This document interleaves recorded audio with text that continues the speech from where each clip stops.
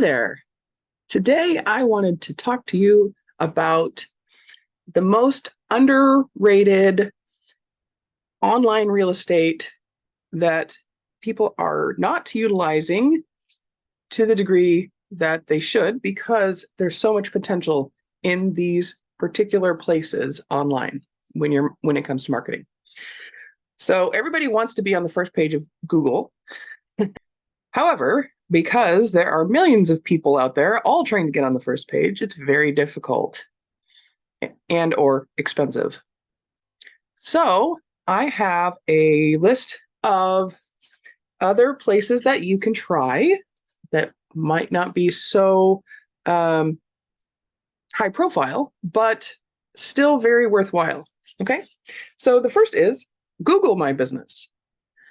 And it's still taking advantage of the Google platform, right? And what Google My Business does is, particularly for service providers in a local area, this can be huge, because if you say, plumber in San Diego, if you're looking for a plumber in San Diego and you're searching that, if somebody has a Google My Business profile, that business is probably going to pop up towards the top of the search. So make sure that you optimize your Google My Business profile to take advantage of that. Next is the header or cover image on any one of the various social media profiles out there is what they call above the fold. Why do they call it above the fold? This is a throwback to newspapers, and you think back to all of the stereotypical little boy waving a newspaper on a street corner going, extra, extra, hear all about it. You want that headline to be at the top of the fold, above the fold, right? Because you don't see the other stories on the bottom of the page when you first look at the newspaper. So that's where that term came from. So now above the fold is whatever you can see on a web page without having to scroll down.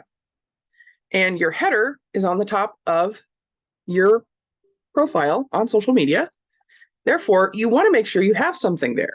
It's amazing to me how many people don't even have a picture there. If you don't want to put something markety, put something there. Put a photo, put a whatever, but don't leave it blank, because that's prime real estate. You want to be able to instantly grab somebody's attention, and even better if you can convey what you are all about in that split second that they see your profile. Okay, so I would like to throw in a little addendum here. So some people like to segregate their business page from their personal profile, and they don't want to post things about their business on their personal profile. They only want to put those things on their business page. That's fine. That's all good and well. However, know that your personal profile is going to be seen by more people than your business page. It's just one of those things that Facebook does to punish the small business owners, apparently, because your visibility on a business page, if you post something, it's only going to go out to about 5 to 10% of people. And on your personal profile, you have a higher percentage rate of people actually seeing what you're posting. And Facebook recently made it so that you can turn your personal profile into a professional profile. And I strongly suggest that you do that, because now Facebook is going to help you with your visibility, and you don't have to feel like you're going to go to Facebook jail if you post links and promote things on your personal profile.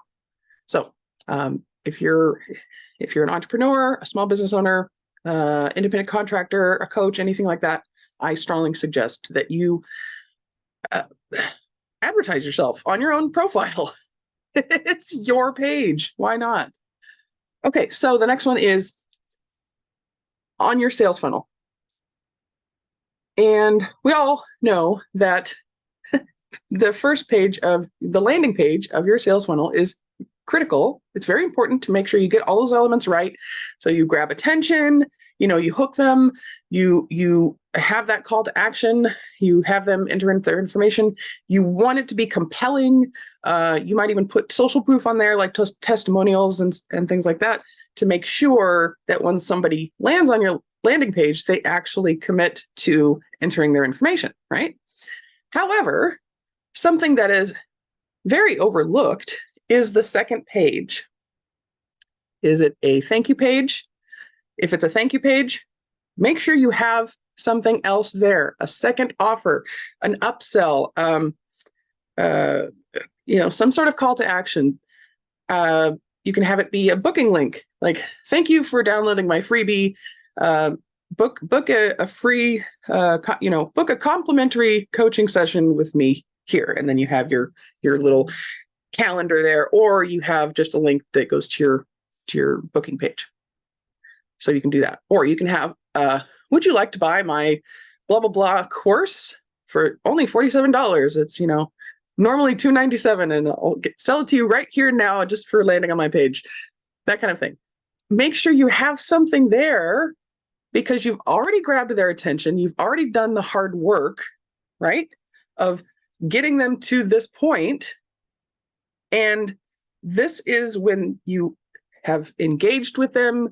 You've got their attention. They're focused on putting their information in. So at that moment in time, you have a higher probability of that person doing something with you than later on in an email sequence. Okay. So make sure you capitalize on that opportunity. It's a fleeting moment, so make sure you have something there. You can even have it be where you have an upsell. If they say no, then you have a downsell saying, okay, well, maybe you don't want the whole shebang, but I'll give it to you, this other thing to you for $17 or whatever, right? And then the thank you page. So you can have whatever number of pages in that sequence that you want. I mean, if it goes too long, it starts getting annoying, honestly.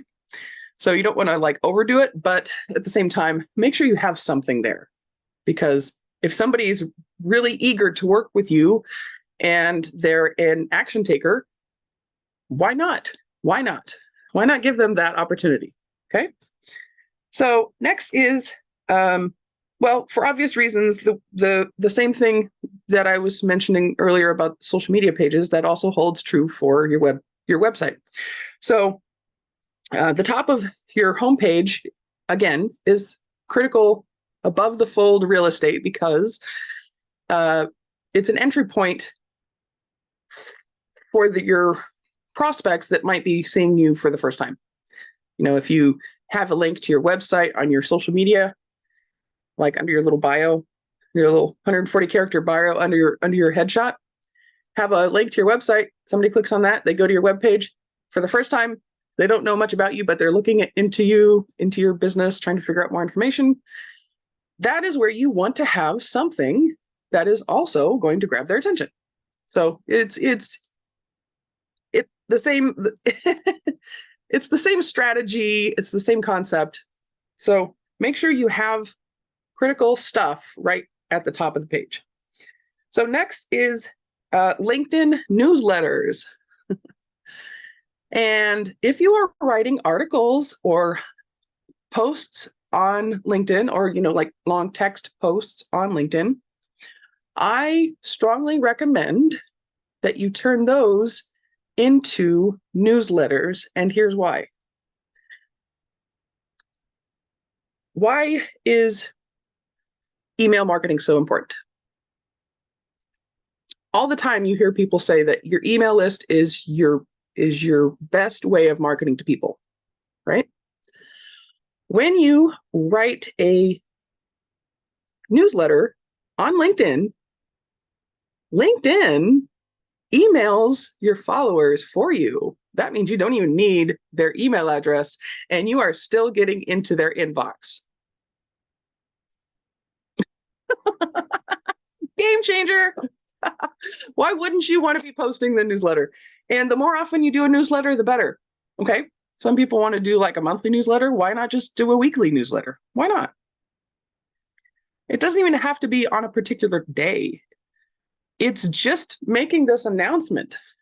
And for that matter, have a call to action at the end of your spiel, whatever you're writing. Because again, you're getting them when they're most engaged. You've already grabbed their attention. They're reading your article, which means that your content is relevant to them. Have a call to action right there at the bottom of the page. If you don't, you're definitely missing out on a huge opportunity. So next is Facebook groups. LinkedIn groups too. They're both relevant. They're both important. I'm going to just discuss Facebook because I'm more familiar with using Facebook than LinkedIn, but I'm sure a lot of these carry over. So it's awesome to find people in Facebook groups, because when you are doing any sort of marketing or advertising, you're always trying to seek out a specific group of people, your ideal client. So if you are working with nurses, let's say, then you can find LinkedIn and Facebook groups specifically for nurses, which means that's where they're hanging out, which means you can get into their conversations and interact with them and engage with them and build relationships. These groups are doing the hard work for you, which you otherwise might be paying for if you're doing advertising, and you go in and you pick out your little demographics and all the keywords and such. So that filtering down to a specific group of people is valuable. There's actually a price tag on it. However, you can bypass that whole thing and go straight for those targeted people by joining those specific groups. So that's one way Facebook groups can help you. But there is much more, because having your own Facebook group is even more valuable. For one, you can have a link to your Facebook group on your social media, so that if somebody is interested in your content or your area of expertise, then they can join your Facebook group. Now, this is where it gets super fun. When they go to join your Facebook group, and since you're not selling anything, it doesn't have to be sleazy. You're just like, hey, I'd love for you to join my Facebook group. They're either going to say, oh, sure, I'd love to, or I'm not interested. It's not a big deal if they say no. So why not invite people? So since you're not selling anything, it's not spammy, not salesy, not sleazy.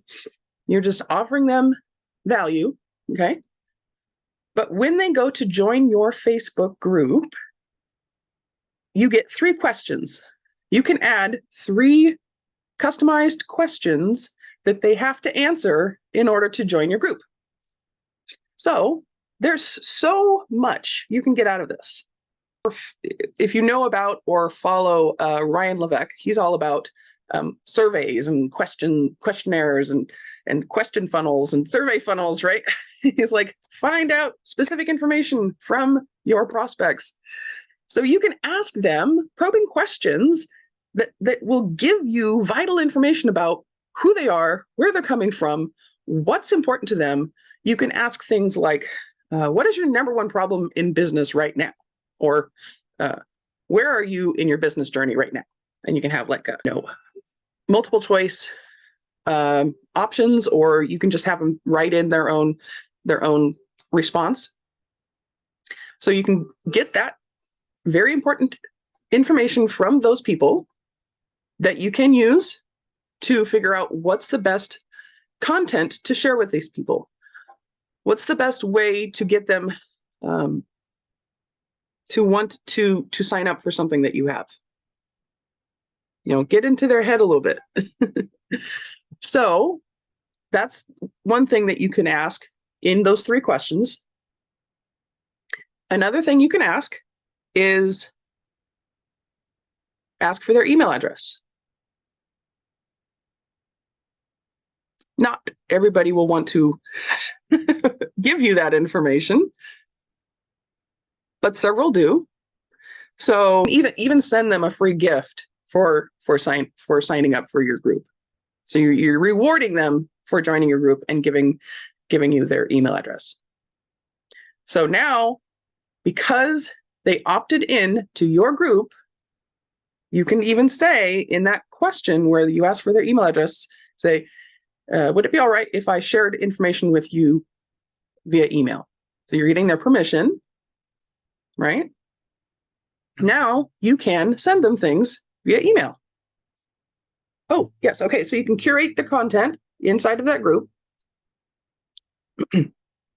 In fact, for that matter, make sure that people check off something saying that they abide by the rules, that they're not going to spam people and they're not going to post things that go against Facebook policy and whatnot, right? And you can have people share certain things. So you can feel free to do a live video introducing yourself when you join the group, something like that. So when they join the group, they're already you're already creating engagement and activity. So another thing that this is offering is increased visibility of your brand. So it's expanding your brand awareness. It is starting a customer journey, because now that people are in your group and you're ideally posting content in there on a regular basis and engaging with people and creating conversations, right? So people are becoming aware of what you do, who you are, and building that trust and rapport. So that's all a part of that customer journey, where you can, if you're providing value inside this group, saying, I'm doing this challenge next month. Who wants to sign up? Create awareness for these things that you have, the offerings that you have, the events that you're holding, promotional things like, for the next 48 hours, I'm going to do a discount on my program so that it's $100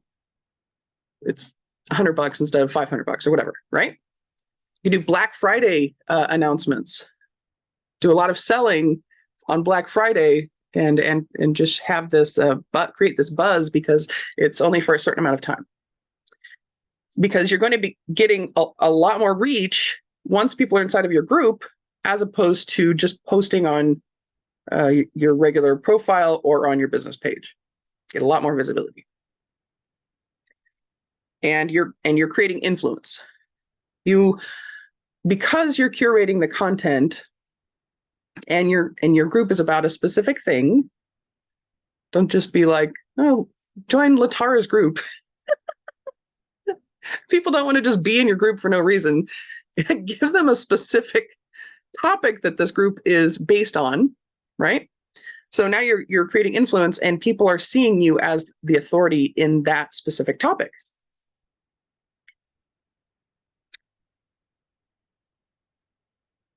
So now you're growing a following for that specific niche that you are an expert in.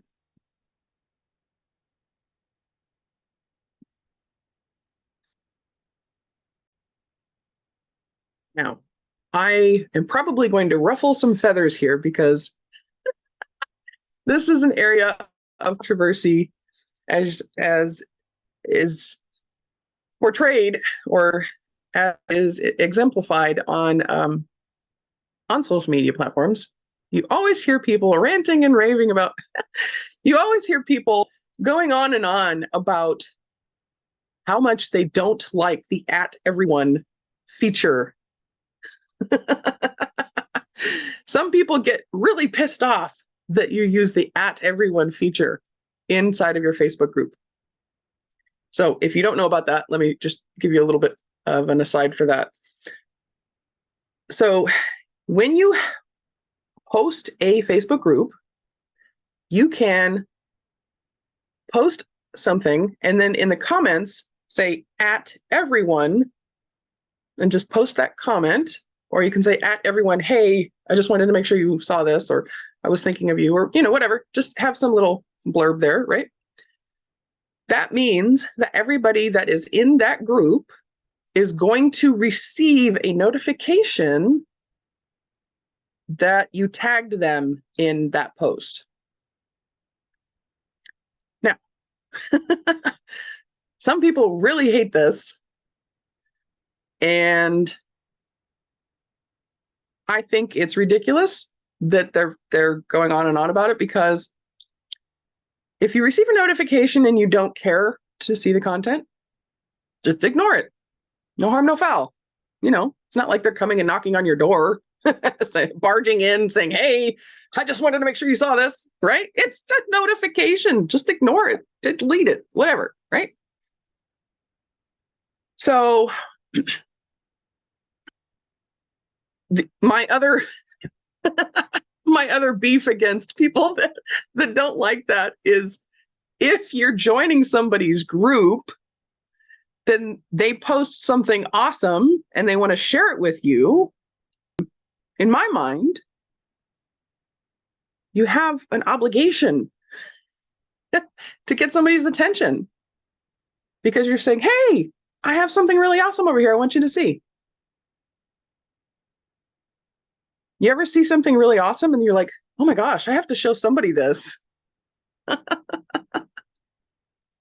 I remember I was sitting in a car once, and the rain had just stopped, and this beautiful, huge double rainbow just appeared out of the clouds, and I was sitting in the car by myself, but I was just so enamored by it that I wanted to share it with somebody. So I was like looking over at the person in the car next to me, and I was like, hey, look at that. Look at this rainbow. And he saw the rainbow and he was like, whoa. He responded like, wow, thank you. We shared a moment, just some stranger in a car, right? So why do I even mention that? Because when you have something awesome, you want to share it with people. And the at everyone feature allows you to do that. And if people are annoyed by you sharing something with them that you think is valuable, then maybe that person shouldn't be in your group. So here is my response to people out there complaining about the at everyone feature. Unjoin that group. Because if you're not getting value out of what they're posting, then you obviously are out of place. So part of marketing is attracting the people that are your ideal client, and part of it is repelling the people that are not a right fit client. So that's actually a part of marketing.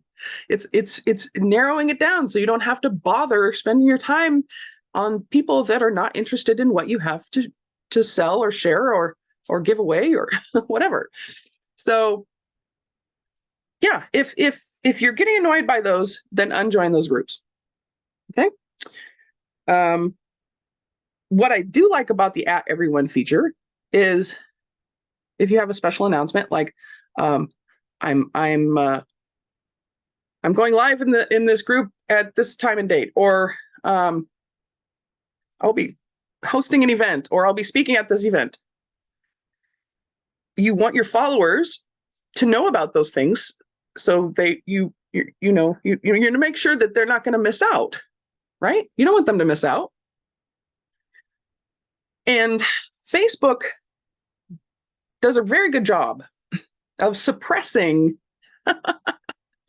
your posts and your content, even if somebody is your follower, even if somebody is in your group. That doesn't mean they're necessarily going to see what you post. So because you're fighting with the algorithms of Facebook or LinkedIn for that matter, your visibility is very low. In any given post, your visibility is very low. So you're fighting that. So how do you fight that? You fight that by getting people to engage with your post, because if you get a bunch of people commenting and sharing, then Facebook's gonna go, oh wow, people like this. We're gonna bump this up in the algorithms. We're gonna expand this to more people.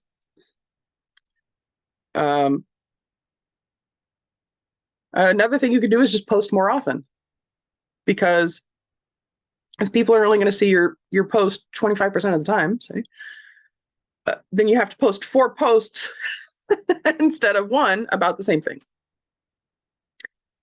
But that at everyone feature is a game changer, because now it's kind of balancing things out so that the struggling small business owners and entrepreneurs can get a little bit of leverage, can increase their visibility. So this is a beautiful thing. And it's in my mind, it's the at everyone feature is leveling the playing field for the small struggling entrepreneurs and small business. Okay. So if you get annoyed at everyone, have a heart. We're all trying our best to get by. So it's kind of I don't know. I can go on about that one, but I'll get off my soapbox. So thank you so much for watching. I hope this rant wasn't too much of a put off for you. If you hate the at everyone feature, consider the other side of the fence and where people are coming from, where they're just struggling to get somebody to look at, to respond to their posts, and they're struggling to make these announcements about these grand events that they're putting on. Okay, so look at it from their perspective. Alrighty, well, I guess I'll get going. Thank you so much for watching. Have a great day. Oh, and speaking of call to action, if you like my content, please like and subscribe. Thanks. Bye.